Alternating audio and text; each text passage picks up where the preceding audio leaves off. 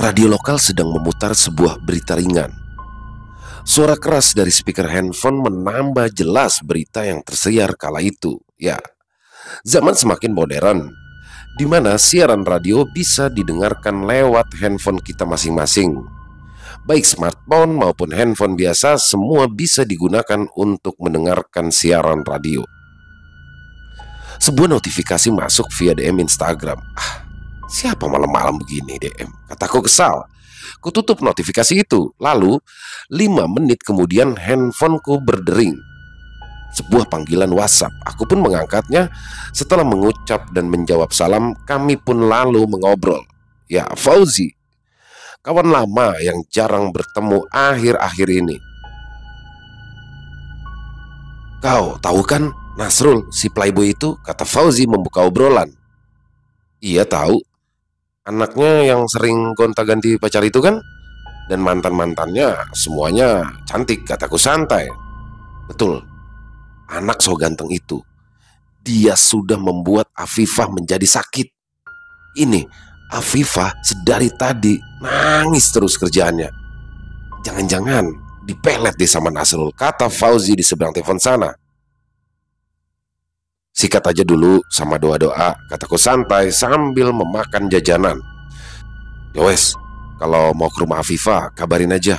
Soalnya aku juga ingin ke rumah dia, sahut Fauzi lagi. Setelah itu kami pun lalu menutup panggilan dan beristirahat untuk kegiatan besok. Di keesokan harinya, kami pun lalu pergi ke rumah Afifah. Di sana tampak Afifah yang sudah sehat walafiat. Setelah itu, kami pun disambut hangat oleh orang tua Afifah. Kami pun diceritakan secara detail kejadian yang dialami oleh anaknya tersebut. Semua ini bermula ketika Nasrul memutuskan Afifah lewat chat WhatsApp. Nah, awalnya kami udah tahu Afifah itu kenapa. Karena tiba-tiba saja Afifah menangis dan menyebut-nyebut nama Nasrul berulang-ulang, kata ayah Afifah memulai cerita. Nah, di sini kami lalu berinisiatif untuk mencoba melihat handphone Afifah. Dan kami menemukan bahwa ada chat yang berasal dari Nasrul. Ternyata anak kami ini selama ini berpacaran dengan Nasrul. Namun kami tidak mengetahuinya. Dan pada chat itulah kami tahu bahwa Afifah berpacaran dengan Nasrul dan baru saja diputuskan. Begitulah kata orang tua Afifah. Lalu aku pun bertanya, lalu gejala apa saja yang ada pada Afifah sebelumnya? Karena setelah saya lihat, anak ibu ini baik-baik saja sekarang, tak ada gangguan dari makhluk halus ataupun dari kekuatan sihir. Iya nak, Afifah sempat kejang-kejang. Seluruh urat di tubuhnya terlihat jelas seperti ingin keluar. Di antara gusinya pun sudah sempat mengeluarkan darah. Nah, setelah beberapa lama kejang-kejang, dia mengamuk. Afifah menggigit dan merobek setiap baju yang ia temuinya. Bahkan ia juga sempat merobek baju saya. Tangan saya pun sempat digigit oleh Afifah. Nih, lihat, lukanya saja baru kering, kata ibunda Afifah sambil menunjukkan tangannya yang memang terluka. Aku pun terus memperhatikan tangan tersebut. Dan benar, ini adalah merupakan teknik paroan jiwo. Lalu Afifah bisa sembuh karena apa, Bu? Tanyaku lagi. Jadi waktu kalian mau ke sini, tiba-tiba dia kejang lagi. Dan kali ini kejangnya lebih hebat. Nah, setelah kejang-kejang dia berlari dengan cepat keluar rumah sambil membawa selimut. Lalu kemudian dia merangkak-rangkak nih kembali lagi masuk ke dalam rumah. Afifah terlihat kesakitan waktu itu. Jadi tolong ya mas, kalau bisa Afifah disembuhkan total, pinta sang ibu. Aku pun di sini tak menjawab dan langsung saja berdoa. Dan setelah selesai, aku pun memberikan secari kertas berisikan kumpulan doa-doa. Lama ku tatap Afifah. Ya, dia memang secara kasat mata sudah terlihat sehat. Namun aku masih bisa melihat apa yang tersisa. Bau amis bercampur busuk pun menyeruak. Baunya seperti bau ribuan bangkai dengan darah yang mengucur dibiarkan mengering di tanah.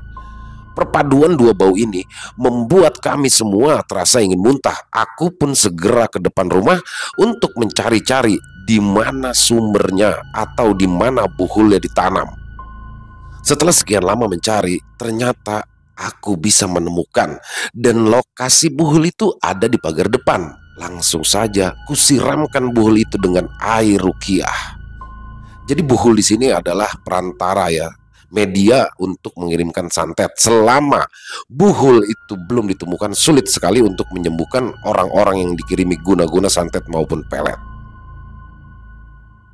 Pada akhirnya semua pun kembali terkendali. Aku pun kembali ngobrol sebentar dengan orang tua Afifah, dan ternyata memang benar ada yang aneh dengan mantan Afifah ini. Setelah itu aku pun memberikan sedikit tips dan doa-doa, dan aku pun menyarankan agar orang tua Afifah lebih memperhatikan anaknya dan menyayanginya, agar diingatkan jika dia sedang dekat dengan cowok. Jangan sampai cowok tersebut justru akan malah membawa petaka ke dalam keluarga mereka. Kukira saat itu semuanya sudah tenang dan terkendali, akan tetapi tidak semudah itu. Kali ini aku mendapat telepon dari Fauzi. Dia mengatakan bahwa ada Mbak Bunga yang berusia 17 tahun.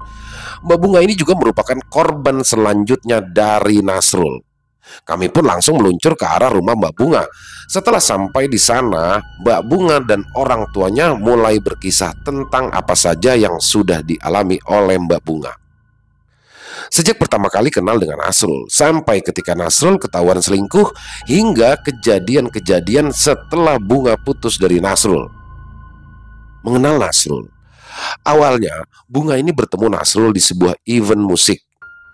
Paras tampan dan juga kata-kata Nasrul menjadikan Bunga mulai tertarik pada Nasrul. Dan setelah acara musik selesai, Nasrul pun mengajak Bunga untuk jalan-jalan berkeliling kota. Aneh, di sini Bunga seperti mau-mau saja diperintah oleh Nasrul. Ia seolah-olah seperti terhipnotis oleh Nasrul. Bahkan Bunga pun langsung nyaman dan bersandar di bahu Nasrul. Padahal Bunga ini terkenal orang yang cuek dan tak suka bila ada pria yang belum lama ia kenal memegang atau menyenggolnya. Sepulangnya dari jalan-jalan bersama Nasrul, Bunga merasakan hatinya sangat bahagia. Namun perlahan-lahan hal janggal pun mulai terasa, dan itu semua karena adanya sosok makhluk yang sudah menempel di badannya. Ya, makhluk ini memang bukan jenis makhluk seperti biasa, karena makhluk ini bisa membelah dirinya menjadi separuh bagian atau separuh jiwa. Badannya yang separuh akan menempel ke Nasrul, sementara badannya yang lain akan tetap menempel di Bunga, sehingga Bunga akan selalu kangen terhadap Nasrul dan ingin sekali bertemu setiap harinya. Di sini sebenarnya Bunga juga sudah merasa janggal, karena selalu saja hawa dingin seakan-akan terus menyelimuti dirinya. Bunga pun mencoba menarik selimut, lalu memakai 2 selimut sekaligus dan mematikan AC di kamarnya. Hasilnya sama saja. Bunga tetap merasa kedinginan. Tubuh Bunga pun terasa berat, seperti ada orang yang menindihnya. Tapi Bunga tak menghiraukan hal itu, dan ia tetap melanjutkan tidur. Sekitar tengah malam, Bunga pun terbangun karena ia merasa jika dadanya sesak, dan rasa sesak itu tak bertahan lama, berganti dengan rasa yang amat nyaman. Dan karena Bunga ini tidak tahu jika rasa sesak tadi adalah berasal dari perbuatan makhluk menyeramkan. Setelah makhluk tersebut mendiami tubuh Bunga, makhluk tersebut pun langsung beradaptasi dengan tubuh Bunga. Keesokan paginya, Bunga yang masih kelas 3 SMA pun tak bisa lagi berkonsentrasi ketika belajar. Sewaktu kegiatan belajar mengajar berlangsung, Bunga malah melamun membayangkan Nasrul. Sepulang sekolah pun ada sempat hal aneh yang menimpa Bunga. Kala itu Bunga dihadang oleh bapak-bapak dengan jaket kulit dan sepatu pantofel. Bunga berpikir jika dia mungkin satpam baru di sekolahnya. "Namamu siapa, Dek? Dan kenapa kamu membawa-bawa makhluk busuk di dalam tubuhmu?" Sontak di sini Bunga merasa kaget, padahal dia tak pernah makan bangkai ataupun makanan yang busuk. Lalu Bunga pun menjawab, Saya nggak pernah makan makanan busuk, Pak. Tadi di kantin saya makan biasa saja, jawab Bunga dengan sangat ketakutan. Sosok laki-laki yang ditemui Bunga ini sangat menakutkan. Beliau memiliki kumis yang lebat dan kaku dengan bibirnya yang sangat tebal, hidung besar dengan guratan dan lipatan kulit yang tebal. Tangannya terlihat besar dan jika mengepal bisa sebesar buah kelapa. Bapak-bapak itu tampak memakai topi security. Jangan takut, Bapak sedang berjaga-jaga di sini. Bapak itu pun berusaha menenangkan Bunga. Bunga yang memang sudah ketakutan pun berpamitan untuk pulang. Maaf, permisi Pak, saya minta maaf kalau misalnya saya punya salah ke Bapak. Lalu Bunga pun berlari menuju ke mobil jemputannya di depan gerbang. Padahal Bunga kala itu sudah berputar jauh, tapi ternyata bapak-bapak tadi masih berhasil menarik tangan Bunga. Terasa bulu-bulu kasar dan lebat menyapu kulit Bunga. Sontak di sini pun Bunga berteriak, "Lepas! Lepasin!" kata Bunga. Bapak tadi pun menarik tangan Bunga sambil berkata, "Aku penjaga di sekolahan ini. Maksudku baik. Aku ingin kamu segera membuang demit busuk yang ada di tubuhmu supaya kamu bisa fokus belajar dan juga aman dari gangguan lain," tegasnya pada Bunga. Dan setelah berkata demikian, bapak tadi pun menghilang dengan tiba-tiba. Kala itu teman Bunga pun langsung menghampiri Bunga karena menurut teman-teman Bunga ini, Bunga terlihat sedang berbicara sendiri dan berteriak-teriak aneh seperti orang ketakutan. Beberapa teman pun sigap menanganinya. Ada yang mencoba meruqyah, namun Bunga tak ada reaksi. Kemungkinan besar demitnya keluar dulu atau bersembunyi di organ dalam tubuh Bunga, karena sejatinya tak ada demit yang tidak mempan diruqyah. Pastilah mereka akan terkena dampaknya.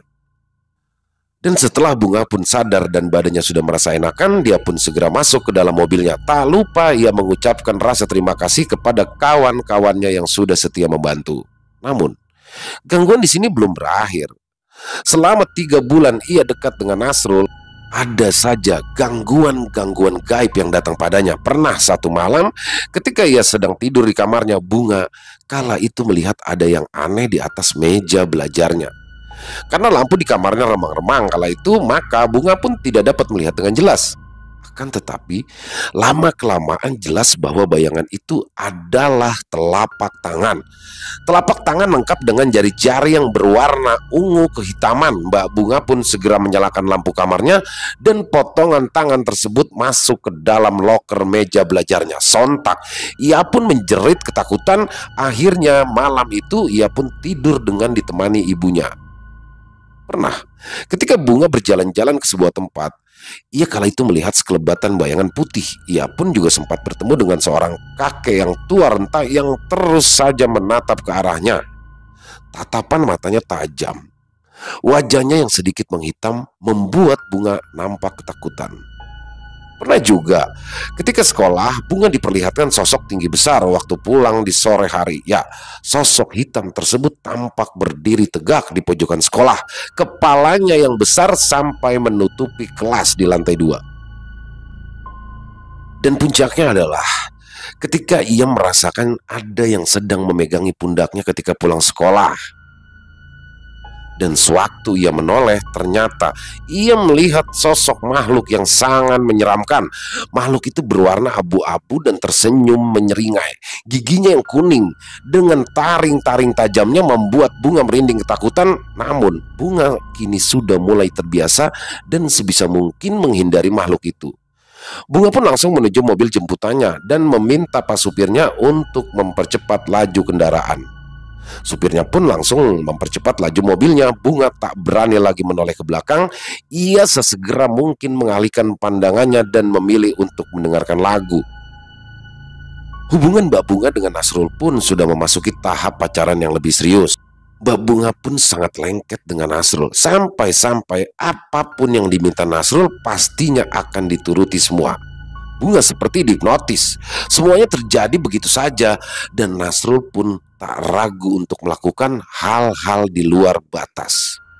Kegiatan yang seharusnya belum boleh mereka lakukan ketika berpacaran, akan tetapi di sini Bunga tetap menuruti semua keinginan Nasrul. Dan seperti hidung belang pada umumnya, setelah ia bosan, maka akan dibuang. Begitu juga dengan bunga. Hanya karena masalah kecil, Nasrul pun memutuskan untuk memutuskan hubungan pacaran mereka. Dan sekitaran 3 minggu setelah putus dengan Nasrul, Bunga mulai merasakan nafasnya sesak dan juga badannya sering demam. Dia pun juga sering mendengarkan suara-suara aneh dari telinga dan pikirannya sendiri. Sudah, bundir saja, kau tidak berguna. Bisikan dan dorongan untuk bundir dan juga bisikan yang mengatakan bahwa dirinya itu jelek, itu terus menghantui Bunga, namun semua itu hilang ketika kami datang. Kami menyebutnya balik bala, yaitu membalikan pengaruh buruk ke sang pengirimnya. Kami memutuskan untuk menggunakan balik bala agar Nasrul tidak berulah lagi. Setelah melantunkan beberapa doa, kami pun memberikan minum kepada Bunga. Tak lupa kami mengajarkan ruqyah mandiri pada Bunga, serta tata cara membuat air ruqyah dan ruqyah rumah secara mandiri. Alah sudah, sikat aja daripada ribet, ujar Fauzi kala itu, dan kami pun langsung berkonsentrasi lalu berdoa. Setengah jam kemudian proses itu selesai. Beredar kabar kini Nasrul mendapatkan konsekuensi buruk dari semua yang sudah ia lakukan. Ya, semua yang dilakukannya mengalami banyak hambatan, dan tak jarang ia pun diperlihatkan penampakan dari demit-demit yang menyeramkan. Bisnis yang dia jalankan pun semuanya juga macet. Nasrul juga mulai sakit-sakitan, utamanya adalah penyakit sesak nafas. Setiap hari ia selalu saja diganggu dan diteror. Hubungannya dengan setiap wanita pun selalu saja gagal, dan Nasrul selalu ditinggalkan. Bahkan kini tak lagi ada wanita yang mau padanya. Keburukan-keburukan Nasrul pun mulai diperbincangkan oleh orang-orang. Semua yang mengenal Nasrul pun mulai menjauhinya. Dan kabar terakhir yang aku terima, Nasrul pun kini harus menderita penyakit aneh. Entah apa itu, namun yang jelas aku juga tak mau mencari tahu tentangnya. Biarlah ini semua menjadi beban yang ditanggungnya sendiri. Kabut tebal masih saja turun. Kabut yang selalu mengingatkanku akan samarnya dunia, semu dan fananya. Dunia tak ubahnya seperti kabut, terlihat samar dan sering kali menyesatkan siapa saja yang mencoba menerobos masuk ke dalamnya. Tak jarang, turunnya kabut membawa hawa dingin yang menusuk tulang. Namun, kita sering menerobos dan mencoba berpetualang di tebalnya kabut. Hingga tak jarang, kita bisa salah arah. Akan tetapi, tetap saja, kabut memiliki tempat tersendiri di dalam hati kita. Kisah ini mungkin akan menjadi satu pesan untuk mereka para hidung belang, untuk mereka para playboy. Sudah berapa banyak wanita yang kau permainkan? Sudah berapa banyak wanita yang kau putuskan secara sembarangan? Ingat, pembalasan bisa sangat kejam. Namun, aku tak sejahat dirimu. Aku tahu bahwa manusia tak berhak berbicara ini itu. Biarlah Allah yang akan membalas segala perbuatanmu. Selesai. Wow, kisah yang luar biasa. Jadi ini unik ya, kisahnya unik, dan baru pertama kali kita membawakan kisah yang bergenre seperti ini, dan ini merupakan satu tantangan buat saya pribadi ya. Dan menarik ya, menarik. Jadi ini kisah tentang petualangan oleh orang-orang yang bisa menyembuhkan ya, atau ahli ruqyah. Jadi dia banyak menyembuhkan. Yang mana kisah ini ditulis oleh Mas Haidar. Oh, Mas Haidar yang ada di Jawa Timur, luar biasa. Terima kasih kisahnya, kisah yang luar biasa, dan ditunggu lagi kisah-kisah barunya Mas Haidar. Sekali lagi, ini baru pertama kalinya di genre seperti ini ya, saya bawakan di Ilo Bercerita, dan semoga teman-teman suka ya. Semoga bisa menghibur para pecinta penikmat horor ataupun misteri, khususnya para subscriber Ilo Bercerita. Dan banyak sekali lah pasti hikmah yang kita ambil dari kisah barusan, ya terutama untuk para wanita yang lebih berhati-hati lah ya dalam memilih pasangan. Ya yang pasti banyak sekali hikmah lah ya yang bisa kita ambil dari kisah yang barusan dibawakan, dan yang buruk-buruknya kan dibuang-buang saja. Yang jelas ini hanya untuk menghibur para penikmat horor dan based on true story ya. Kisah barusan adalah kisah nyata, memang tidak disebutkan secara detail kejadian di mana dan tahun berapa. Yang jelas based on true story. Ya, itu aja. Buat yang punya teman-teman punya komentar lain, silakan bisa tulis di kolom komentar atau hanya sekedar saling menyapa ya. Insya Allah kami akan membalasnya satu persatu. Dan buat teman-teman yang suka dengan videonya, silakan bisa diklik tombol jempolnya, tombol like-nya. Buat yang belum subscribe, yuk diklik tombol merahnya, diklik tombol merah subscribe-nya. Lalu jangan lupa loncengnya dinyalakan agar teman-teman selalu mendapatkan notifikasi dari konten-konten yang akan kami upload selanjutnya. Dan buat yang mau kirim-kirim kisah, silakan ya, bisa dikirimkan kisahnya ke kita via WhatsApp ataupun Telegram, bebas ke nomor telepon 087845094752. Kami ulangi 087845094752. Jadi silakan bisa dikirim kisah pribadinya boleh, kisah temennya boleh, kisah saudaranya boleh, tentang horor misteri ya. Jadi mungkin ada beberapa teman-teman yang belum berani menceritakan ke siapapun, bisa kita bawakan di sini. Nanti akan kita samarkan nama maupun tempat dan waktu kejadiannya. Ya, itu aja. Buat yang sudah kirim tapi belum dibawakan, harap bersabar karena pasti akan kita bawakan semua, tapi harus bergantian dan ada proses penggarapan di dalamnya. Jadi mohon sabar ya, pasti kita bawakan semua kok. Nah, itu aja. Saya mohon maaf apabila ada kesalahan dalam berkata-kata dalam pembawaan kisahnya tadi, dan apabila ada kata-kata yang kurang berkenan, mohon dibukakan pintu maaf yang sebesar-besarnya karena saya hanyalah manusia biasa yang tempatnya salah dan dosa. Oh iya, teman-teman jaga kesehatan ya. Nih saya dalam 1 bulan ini 2 kali nih kena flu nih, luar biasa. Jadi teman-teman dijaga kesehatan karena cuaca bener-bener masih ekstrim banget nih. Panasnya parah, anginnya nggak enak. Jadi teman-teman banyak minum air putih, jangan lupa minum vitamin, dan yang pasti jangan begadang. Saya terlalu banyak begadang rupanya. Tapi tetap tidak menyurutkan niat untuk menghibur teman-teman semua. Yuk, sampai jumpa lagi di konten-konten kami yang selanjutnya, yang pasti tidak kalah serunya, pasti tidak kalah horornya, masih bersama saya Ilo di Ilo Bercerita. Salam sehat, sukses selalu untuk kita semua. Amin, amin ya robbal alamin. Wassalamualaikum warahmatullahi wabarakatuh.